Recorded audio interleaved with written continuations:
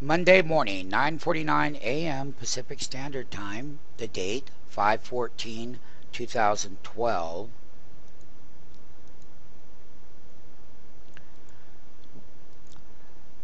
The S&P 500 has had a yearly reversal, as we have talked about. So let's take a look at the top of the first reversal to this final low.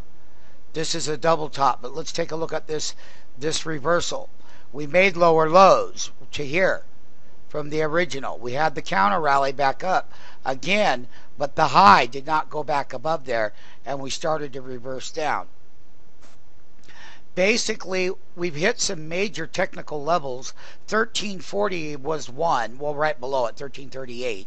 Then we have 1317 and some change, and 1301, which is above the 200-day simple moving average. The S&P right now has a 4-day sell signal, and it has not had a sell signal on the S&P for a long time. And what do I mean by that? This here was a buy signal daily, and it went all the way to here, and then it finally got down a little bit. But now this daily sell signal is increasing, which means that when stocks go up and hit resistance levels, they sell off. So you want to be a seller, a short seller into resistance, and go long at the support levels.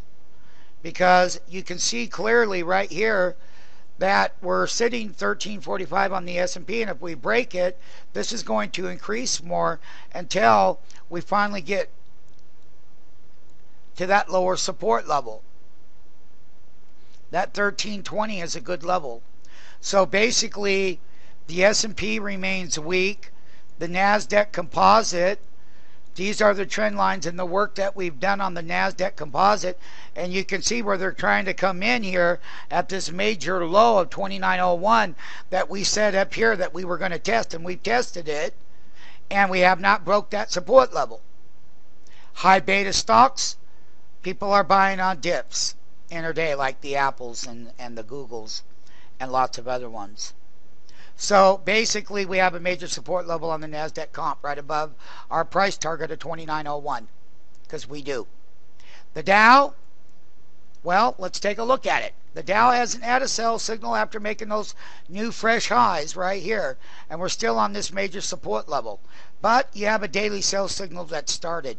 That means you got moving averages on the daily crossing over on the Dow.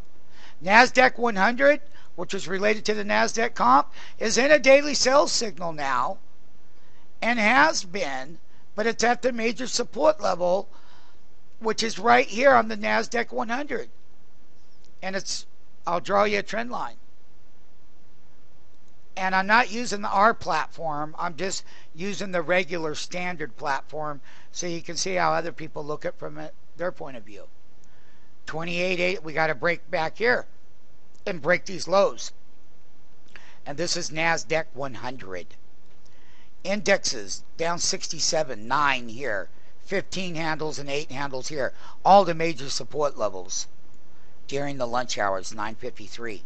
So that's the update, and we'll update our equity plays, long and short, calls and puts, and what they're doing with the market, and how the tape is a slow grind off of the bottom intraday. Stay tuned for the second half of the trading day. That's the update once again on the Dow, Nasdaq 100, Nasdaq Comp, and S&P, all sitting at crucial support levels. When they break, they go down and fill in the next support level where the bulls will want to jump on the bandwagon.